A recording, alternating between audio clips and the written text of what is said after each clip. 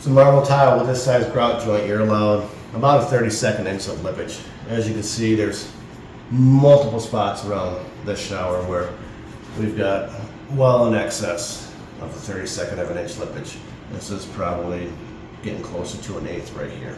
All right, I'm Jason from Hamilton Tile. We are at 3106 Haybridge Lane, Alpharetta, Georgia. We're here to do a bathroom assessment. So over here in this shower, we have all the corners are hard grouted in. EJ 171 is supposed to be filled with a C290 sealant. According to homeowners' pictures, they have Maypie aqua fence on the walls and a pan liner on the floor. So what they are doing is mixing a water in, water out system with a topical system. So a water in, water out system allows all the water to get into the system and then it deals with it. So what you have is a sloped bed underneath the liner. Then you have the liner set on top of that sloped bed. Then you put down weep hole protectors, because there's little holes in the drain down here that need to be kept free and clear. So you have to have the weep hole protector also for this to work. So what allows it, all the water gets in, hits the shower floor, starts getting absorbed and everything, hits the liner, and it's able to get out of the system. If any of those things are not present, if there's no weep hole protector, if there's no sloped bed underneath the liner, the system does not function properly.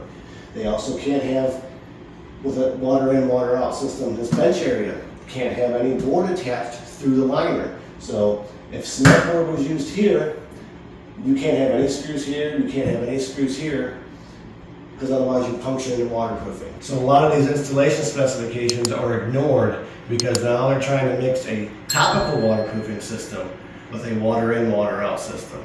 Topical waterproofing system is the opposite of a water in, water out. We have all the waterproofing directly behind the tile. All the waterproofing it coats everything. It goes all over the bench, all over the inset box, all the walls. So a topical waterproofing system is either paint on waterproofing, or a sheet membrane. So everything behind the tile gets covered.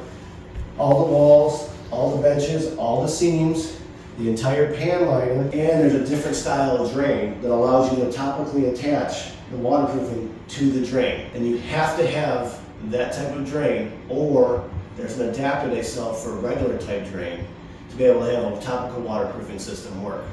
So when you try to mix the two, they're two completely different systems and they just do not mix well. So when you try to mix two different systems that function two separate different ways, what ends up happening is the water starts getting trapped and it becomes a sanitary issue. Also in this picture we can see the seams need to be mesh taped, and as this picture shows, it doesn't appear to be any mesh tape on any of the seams. The mesh tape is to reinforce the seams and to make it act as a monolithic structure. If it's not there, the seams will start to crack. And the mesh tape is to be installed to manufacturer's specifications.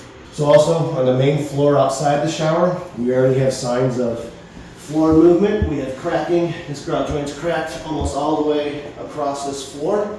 We've got some cracks going this way. As you tap on this tile, you can see the grout actually moving. This tile actually seems like it's not bonded at all. Also over here, since this is a stone floor, we need to have a second layer of plywood installed before the backer board. When I lift up here, all I see is one layer of backer board, and it appears to be installed against manufacturer's directions because there's no visual signs of thin set underneath the board supporting the board. So when you put in a natural stone floor on a wood substrate, you have to have a second layer of plywood in addition to the original layer of plywood.